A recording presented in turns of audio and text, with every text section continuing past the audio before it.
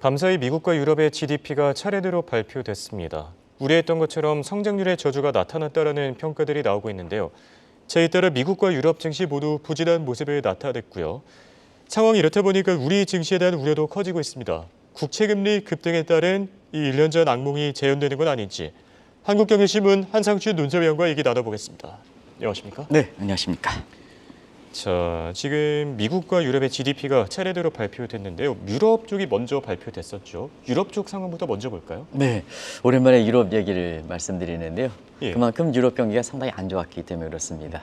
그래서 이번에도 좀 상당히 안 좋지 않겠느냐 하는 예. 예상들이 많이 나왔습니다는 아까 그 김 캐스가에서 성장률 지표를 좀 말씀해 주셨습니다는 성장률이 높게 나왔습니다. 그렇죠. 그래서 유로의 3분기 성장률이 0.4%, 이건 전분기 대비니까 미국식으로 바꿔보겠습니다. 예. 에스리코 4생 때리면 한 1.7%에 해당됩니다. 미국적은 굉장히 크죠. 그래서 보니까 2022년 3분기에 2년 만에 최고치를 기록했습니다. 그러면 시청자 여러분이 생각하기에 경제가 침체되다가 경제가 지표가 좋게 나왔는데 예. 왜 유럽 주가는 1%로 떨어졌을까? 그렇죠. 이게 이제 궁금해 하시는 거거든요. 이번에 이제 어제도 예고해 드렸습니다는 성장률의 저주 현상이 나올까? 예. 지표가 좋으면 좋을수록 오히려 거꾸로 주가가 떨어진다 하는 이런 쪽의 얘기가 유럽에서 나타났습니다. 예. 그래서 유럽 같은 경우에는 두 가지 의미를 갖고 있죠. 일단 경기 순환상 의미는 경기 침체 우려에서 지금 벗어나는 이렇게 모습을 보이고 있다 이렇게 됐습니다. 그래서 성장률 수준은 높았고, 그다음에 순환상에서는 경기 침체 우려가 굉장히 우려가 셌었는데요. 예. 완화시키는 측면에서 이 자체로 보면 증시에 굉장히 호재다. 특히 유로는 그 19개 회원국으로 구성되어 있기 때문에 그동안 유럽 경제를 좀 이렇게 침체를 시켰던 것이 유로의 그 굿 애플스, 프랑스와 독일, 특히 독일이 굉장히 경제 성장률이 어려졌지 않습니까? 근데 이번에 독일의 경제 성장률은 플러스 0.2%입니다. 또 유럽 증시를 끌어올릴 수 있는 가장 큰 요인 중에 하나입니다. 근데 사실상 그동안 독일 경제가 3분기 연속 마이너스가 돼 있기 때문에 예. 플러스 0.1로 나왔으면은 굉장히 증시 호재였었거든요. 그러다 보니까 사실 모두가 궁금해하는 사항이 있죠. 왜 경기 침체 우려가 되는 상황에서 성장률은 높게 나왔는데 결국 주가는 이렇게 보여주시겠습니다는 유럽 예. 주가는 한 1% 정도로 이렇게 떨어졌을까 하는 측면은 유럽은 지금 6월서부터 금리를 내려왔지 않습니까? 세 차례 정도. 그렇죠. 그래서 유동성 마켓입니다. 피벗을 단행했기 때문에 성장률이 이렇게 높으면 성장이 높으면 피벗을 단행했던 부분에 대해서 여러 가지 얘기가 나올 수가 있거든요. 그러다 보니까 성장률이 높으면 높을수록 금리 인하에 대한 기대가 적어지니까 예. 결과적으로는 주가는 떨어지게 된 배경이다. 지금 김재현 PD께서 한번 오늘 하루 보겠습니다.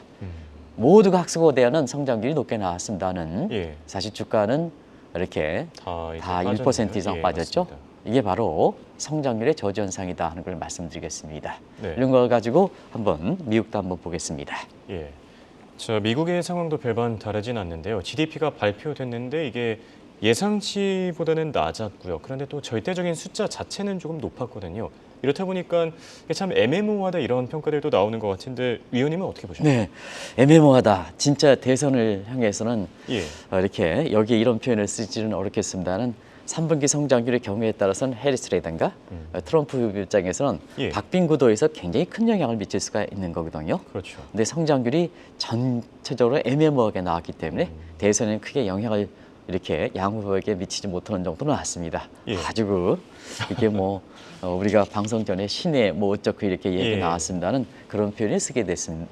쓰기가 좀 상당히 민감합니다는 3분기 성장률 속보치가 이번에 나왔죠. 그래서 예상보다 낮은 2.8% 나왔습니다. 예. 자, 그러다 보니까 예상치가 GDP 애틀랜타로 나오는 3.4%까지 받고 그다음에 월가에서는 컨센서스가 3.1% 받고 해서 밴드4를 보겠습니다. 대체로 3분기 성장률의 예상치는 3.4%다.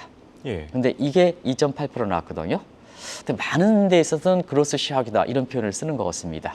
그래서 2분기 성장률에 대비해서도 낮았고 예상치도 낮았고 경기 침체냐 뭐 이런 쪽의 얘기가 증가로 이렇게 떨어지다 보니까 그런 쪽으로 해석하는 것 같은 이런 시각도 나옵니다. 일부 언론에서는. 예. 그러나 이게 잠재 성장률이 지금 1.7%입니다.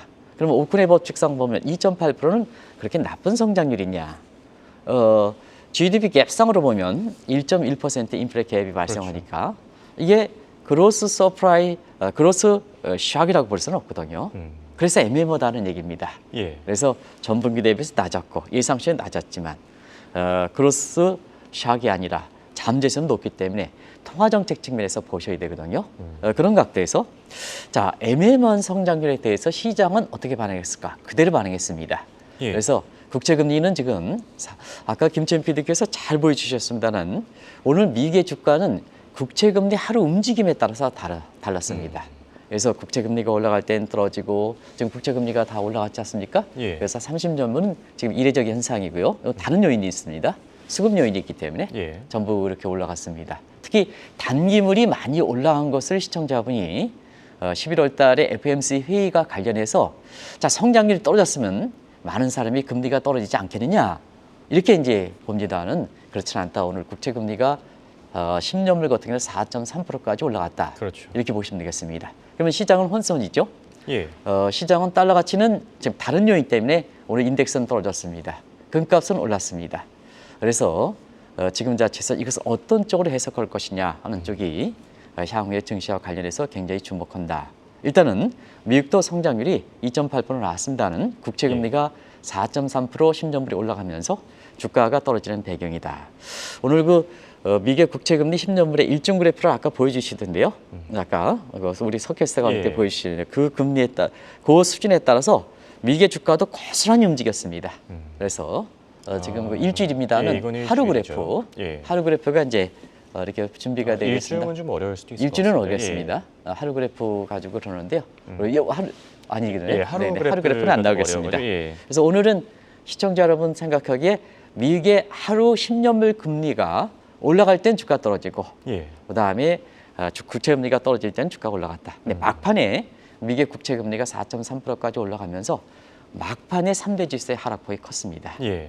그런 것을 좀 오늘 국내 증시를 하실 때 염두에 두실 필요가 있다는 것을 말씀드리겠습니다.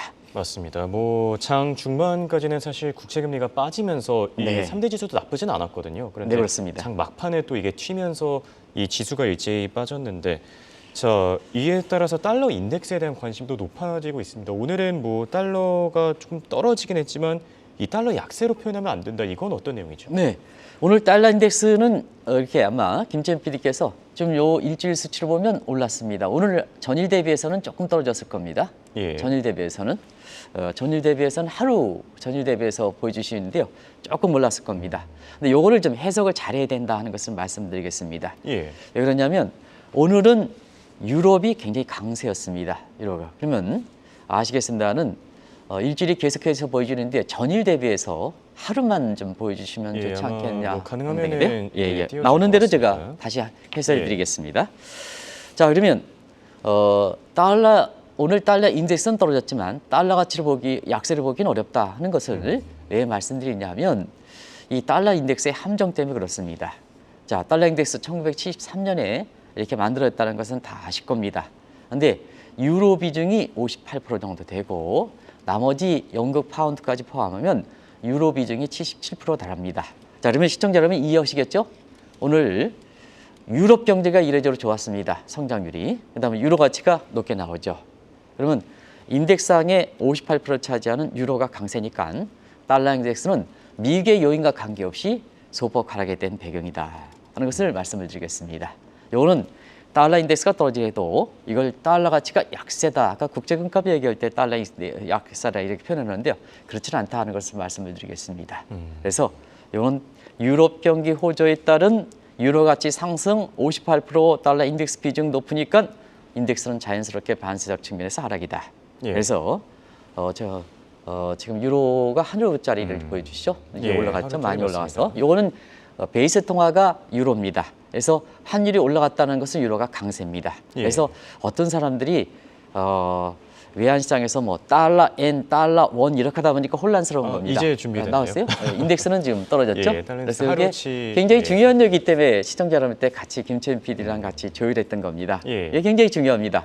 그래서 오늘 인덱스가 떨어졌기 때문에 달러 가치가 약세다 하는 이런 쪽으로 통화를 하면 안 된다. 왜 그러냐? 지금 원달러 환율이든가 엔달러 환율을 읽을 때 예. 굉장히 조심해서 조심하고 굉장히 원 달러라든가 N 달러 한 줄 부분은 오늘 일본의 행행도 끝납니다는 굉장히 민감한 시점이거든요. 그러다 보니까 이 내용을 제가 부연해서 외환시장이 오랫동안 종사했으니까 이 문제도 좀 특이한 사항이기 때문에 예. 시청자한테 환율과 관련해서 민감한 사항이기 때문에 한번 지적해 드려야 되지 않냐 하는 생각이 듭니다. 알겠습니다. 자, 그리고 이제 11월 FOMC 회의도 코앞으로 다가왔는데 오늘 나온 GDP, 이 회의는 어떻게 반영될지 이것도 참 모호하지 않습니까? 네, 왜 국채금리 움직임에 오늘 미국 증시 움직임이 거의 천스탑처럼 똑같이 예. 움직였을까 하는 측면은 대선이 끝나고 나서 11월 6일 날, 7일 날 11월 FOMC 회의가 열리죠. 그렇죠. 그런 상태에서 예상이 어제 이렇게 나왔죠. 11월 FOMC 회의를 앞두고 극과 극의 금리 예상이 나왔습니다. 자, 올해도 미국의 증시에서 가장 예측이 잘했던 작년에 3만 5천 원 다우지수 맞췄고 예. 올해도 가짜였던 제라미 시겔이 금리가 동결할 수 있다. 참 많은 사람이 금리 0.25% 내지는 B컷 이렇게 얘기하는 상황에서 금리가 동결할 수 있다. 이것도 굉장히 시장에서는 충격적으로 받아들였거든요. 근데 맞습니다. 어제 일시적으로 보면 시카고 페드 매체에서 자 B컷을 단행할 수 있다 하는 그 확률이 오랜만에 고개를 들었습니다. 그 얘기도 아마 홍영표가 전해주셨습니다. 맞습니다. 굉장히 중요한 시사점을 갖고 있거든요. 그런 상태에서 자 오늘 미국의 3분기 성장률이 예상보다 낮고 2분기보다도 낮았습니다. 근데 국채금리는 거꾸로 4.3%까지 거꾸로 올랐습니다. 미국의 주가는 장 막판에 많이 떨어졌습니다. 왜 그럴까 하는 측면이 바로 1년 전 모습을 보겠습니다. 1년 전에 3분기 성장률이 그 속보치인데요. 10월 달에 4.9%로 굉장히 이례적으로 나왔습니다. 그렇죠. 그때 미국의 10년물 국채가 5%를 돌파했습니다. 그러다 보니까 미국 주가가 많이 떨어지고 결과적으로 보면 사실 한국 증시도 흘러내렸던 배경입니다. 이런 10월에 작년에 1년 전에 국채금리 악몽이 있으니까 예. 오늘 뭐냐 사실 성장률이 2.8% 정도 또 이렇게 예상치보다 하했다 하더라도 그런 1년 전의 악몽 때문에 국채금리가 반응하는 그래서 주가에도 민감하게 반응하는 그런 모습을 보였다 이렇게 보시면 되겠습니다. 예. 만약에 이번 3분기 성장률이 예상치보다 높게 나왔을 때는 작년같이 높게 나왔을 때는 국채금리가 굉장히 이례적으로 오늘도 올랐는데요. 이례적으로 급등하면서 미국의 증시 또 경우에 따라서 한국 증시 이게 굉장히 큰 폭으로 떨어졌을 겁니다. 이게 월가에서 잠정적으로 했던 낙인 효과 문제가 지금 오늘 이렇게 증시에 반영하게 된 배경이다 하는 것을 말씀드리겠습니다. 예. 그런 각도에서 우리가 11월 FOMC 회의 결과를 한번 시청자분이랑 같이 누구도 예상하지 못하니까 한번 보겠습니다. 자, 일단은 B컷 단행하지는 못할 겁니다. B컷은 단행하지는 못하고 그러면 자 0.25%를 갈 거냐 제레미 시겔대로 얘기할 대로 금리 동결을 갈 것이냐. 예. 근데 오르는 국채금리의 모습을 볼 때는 제레미 시겔의 모습에 예상에 더 민감한 반응을 보였거든요. 왜냐? 성장률이 떨어졌는데도 불구하고 왜 그럴까? 대선이 끝났습니다. 11월 5일에는 예. 그러면 당선자가 나옵니다. 그러면 트럼프가 만약에 됐을 때는 지금 예상대로 됐을 때는 과연 곧 이어서 있는 페드가 정치적 신여라든가 이런 걸 탈피할 수 있느냐. 페드가 과연 정치적으로 독립성과 지킬 수 있을 것이냐 예. 하는 측면에서는 사실상 이 대목에서는 제레미 시겔 교수도 페드는 정치적으로 떠날 수가 없다 하는 입장이거든요. 물론 그렇습니다. 그것도 완전히 중앙은행이 독립할 수는 없습니다. 중앙은행이 독립하고 우리 같은 경우에는 저희가 제가 한국은행에 1988년 할 때도 중앙은행 독립성에서 연구 보고서를 자료 좀 찾아달라 했던데 지금도 그 주제 가지고 얘기하거든요. 근데 이걸 중앙은행이 정치적으로 떠날 수가 없다는 얘기입니다. 예. 그리고 트럼프 같은 경우에는 페드도 장악하겠다는 입장이거든요.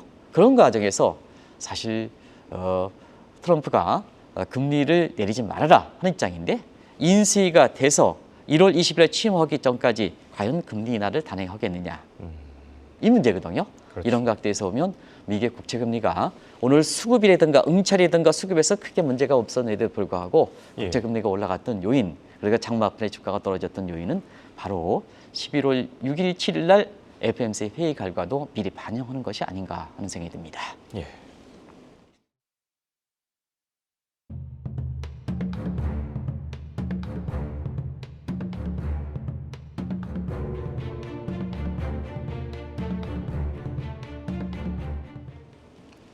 작년 상황을 떠올릴 필요가 있을 것 같습니다. 당시에 미국 증시보다 이 한국 증시의 낙폭이 훨씬 더 컸었는데요. 그것 때문에 이 우려가 더욱더 커지지 않겠습니까? 네, 오늘 미국의 성장률이 2.8% 나온데도 불구하고 국채 금리가 올라간 부분이 한국 증시에서 어떻게 영향을 미칠까 하는 것은 작년에 성장률 저지 현상이 미국보다도 한국이 더 많이 영향을 받았기 때문에 우리 증시 입장에서는 굉장히 주목되는 사항이거든요. 이런 과정에서 한번 작년 상황을 뒤집어 보겠습니다. 작년에 우리 증시 상반기만 좋았습니다. 연체 비관론자들 많이 나왔죠. 실수론, 대침체론 이런까지 나왔습니다는 최고 실적을 기록했죠. 잠시 숫자만 좀 보여드리겠습니다. 코스닥이 많이 올랐죠. 지금과 같이 상당히 다릅니다. 27.8% 올라서 세계에서 상반기 상승률을 볼 땐 세계 3위였습니다. 그렇죠. 지금 그런 모습 좀 했으면 너무 좋겠습니다. 우리 시청자분들한테. 맞습니다. 코스피도 14.6% 이렇게 해서 사실 그 시청자분이 1년 전에 상반기의 모습을 이렇게 보면 좋은데요. 하반기 때는 좀 안 좋았습니다. 왜냐하면 대변수의 불길한 요인들이 좀 많이 됐거든요.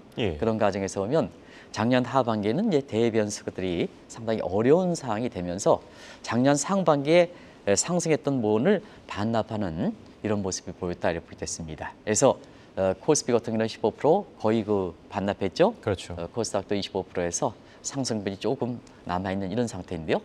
특히 작년 3분기의 성장률이 이렇게 미국의 성장률이 나오고 나서 한국 증시가 가장 민감했거든요. 그때 상황을 다시 부연해서 말씀드리면 3분기 성장률 미국이 4.9%니까 미국의 국채금리가 5%니까 결과적으로 한국 그 국채금리에 취약한 한국 증시가 많이 떨어졌던 배경이다.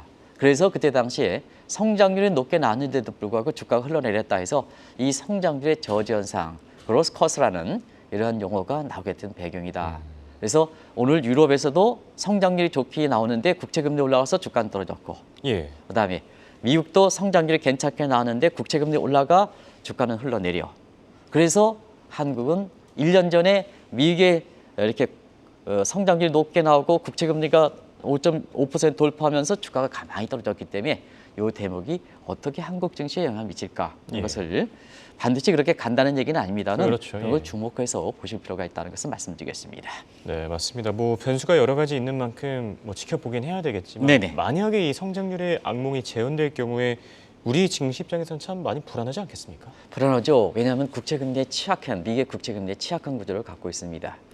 작년의 상황을 잠시 말씀드리면 수습 꺾기 지금도 빚과 단행에 의해 미국의 국채금리가 많이 올라갔지 않습니까? 그렇죠. 미국의 9월 달에 0.5%포인트인데 미국의 국채금리는 벌써 60%를 넘지 않아서 한국 증시가 그렇게 어려운 배경이지 않습니까? 1년 전 상황을 보겠습니다. 작년 7월 달에 미국의 이렇게 금리가 그때는 올렸습니다. 0.25%. 근데 10년물 금리가 120bp나 올라갔지 않습니까? 시청자 여러분 기억하십니까? 7월 달에 0.25% 올렸는데 기준금리는 10년물은 120bp가 올라갔던 겁니다. 여기입니다. 이것이 결과적으로 보면 사실 한국 증시가 흘러냈던 배경이죠. 왜 그럴까? 이건 3개월인데 1년 전의 상황을 말씀드린 겁니다. 1년 전의 상황. 자, 그러면 왜 한국 증시가 이렇게 미국의 국채금리에 민감한 반응을 보일까? 부채가 많아서 그렇습니다. 우리 부채가 많죠. 가계부채도 많고 투자자 입장에서는 기업들도 부채가 많기 때문에 그렇습니다. 그러다 보니까 오늘 방송을 위해서 코스피와 미국의 국채금리 지수와의 상관계성을 때려봤습니다. 마이너스 0.7입니다. 미국의 국채금리가 올라가면 한국의 주가는 흘러내린다. 이 표로서 마이너스 0.7% 나옵니다.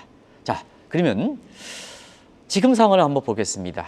한국 증시들이 대부분 다 비컷 단행한 이후에 모 교수께서는 9월 말과 10월 초에 사실 한국의 주식이 가장 싸게 살 때입니다. 사고 가세요. 그런데 한국 증시는 안 올라가고 있거든요.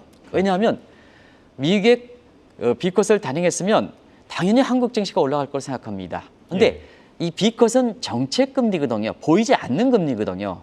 근데 거꾸로 쓱 나와서 미국의 국채금리, 보이는 금리는 60bp 거꾸로 올라갔지 않습니까? 그렇죠. 그게 거기에 상관계에서 마이너스 0.7을 갖고 있는 코스피와 미국의 국채금리 가격 금리가 0.7의 마이너스를 갖고 있는 한국의 증시가 안 좋게 되는 거 아니겠습니까? 그래서 오늘 3분기 미국의 성장률 발표 후에 국채 금리가 미국의 10년 물가가 4.3% 올라간 것은 한국 증시에 우려되는 부분도 바로 그러한 낙인 효과를 갖고 있기 때문에 그렇다 하는 것을 말씀을 드리겠습니다. 예. 자, 그렇다면 여기서 궁금한 게 왜 국채 금리 급등 같은 이 악재만 나타나면 우리 주가가 영향을 받는 겁니까? 네, 모두가 한국 증시의 구조 문제점이기 때문에 시청자 여러분도 뭐 그것을 잘 아실 겁니다. 그래서 일단 한국과 미국과의 이 증시의 커플링 이 코에피션스를 구해봤습니다. 근데 예. 0.7에서 0.8 정도 나오거든요. 이것은 뭐냐? 너무 한국 증시가 미국 증시에 쏠려 있다는 얘기입니다. 아, 그래서 한국 증시가 세계에서 보면 하드웨어 상의 11위, 12 정도 보면 우리 증시의 독립성과 중립성이 있어야 됩니다. 그런데 예. 지금 미국의 쏠림 현상이 대정책의 쏠림 현상, 미국의 그다음에 한국의 증시에서 보면 국내 투자가들이 미국으로 일로가 흘러가는 상태에서 이런 상황을 맞는다 이렇게 부딪혔습니다. 그러다 보니까 증시 입장에서도 악재에 대해서 우리가 민감한 반응을 보이게 됐던 배경이다 하는 것을 말씀드리겠습니다. 예. 어떻게 되겠습니까? 이거를 어떻게 해석할지 모르겠습니다는 이렇게 수익이 나는 입장에서 보면 자연스럽게 미국에 가야 되는 건 사실입니다. 예. 그리고 근데 사실 이런 모습에서 보면 이렇게 악재가 터져 나왔을 때 우리 증시가 어렵다 하는 것은 우리 국부 이슈가 마찬가지거든요. 그런 측면에서 대외 정책상의 균형을 간주한다든가 우리 투자자들이 좀 이렇게 국내 투자 매력들을 증대해서 우리 투자자들이 밖으로 가지 못하게끔 이런 쪽에 증시 제도라든가 이런 건 모두가 좀 사실 그 반성할 때가 아닌가 하는 생각이 듭니다. 아무튼 간에 이 현실은 이렇다 하는 것을 말씀을 드리겠습니다. 예. 자, 결론을 맺어 봐야 될 것 같은데요. 자, 예를 들어서 지금 뭐 이 한국 증시와 외국 증시를 비교할 때 지금 한국 증시에 이렇게 뭐 취약한 모습들이 많이 나타나고 있고, 자, 이런데 자, 우리 펀더멘털이 작년보다 더 악화됐던 것도 미국의 3분기 성장률 발표 이후에 국채 금리가 올라간 것에 대해서 안심하기는 좀 어렵지 않겠습니까? 바로 이 대목입니다. 예. 작년에는 미국의 국채 금리가 올라가서 한국 증시가 떨어졌습니다는 그와 유사한 구조에서 우리 경제 성장률이 이렇게 그때보다는 더 악화됐다는 얘기입니다. 요 대목이거든요. 예. 어제 뭐 금감인가요? 제가 정확한 자리는 모르겠습니다는 다른 국가들도 동시에 성장률이 안 좋은데 예. 우리 성장률 낮아진 부분에 대해서 왜 탓하느냐 하는 것이 이창용 총재의 얘기였습니다. 그런데 그렇지는 않습니다. 유럽 경제 성장률 좋지 않습니까? 그렇죠. 0.4%. 예. 우리와 똑같은 통계 방식으로 19개 연극들이 미국도 2.8% 서면 우리와 똑같은 방식으로 오면 한 0.7% 정도 성장한 겁니다. 우리는 0.1% 나왔지 않습니까? 예. 작년과 지금 비교해 보겠습니다. 작년 이후에 우리는 불황의 늪입니다. 작년 3분기 성장률 바로 0.8%입니다. 그렇죠. 바로 이 미국의 성장률 발표할 때 우리 성장률의 3분기 성장률이 0.8%입니다. 그리고 0.5% 떨어졌죠. 예. 그다음에 1, 4분기에 올해 1, 4분기 1.3%죠. 예. 그다음에 2분기에 마이너스 0.2죠. 그다음에 0.1%죠. 작년에 비해서 우리 성장률이 너무나 떨어졌다는 얘기입니다. 그래서 예. 대외 악재 변수에 대해서 우리가 펀더멘탈 측면에서 더 취약하다는 얘기입니다. 저 성장률의 분기별 성장률을 보면 일단 첫 번째 저점이 0.8, 0.5, 1.3이니까 저점 예. 0.5%죠. 두 번째 저점을 보겠습니다. 1.3 마이너스 0.2, 0.1 저점이 전부 마이너스입니다. 이 불황의 늪에서 허덕인다. 그렇죠. 자꾸 저점이 떨어진다. 늪에서 빠져나오려고 이렇게 여러 가지 노력하면 더 깊은 늪에 빠져집니다.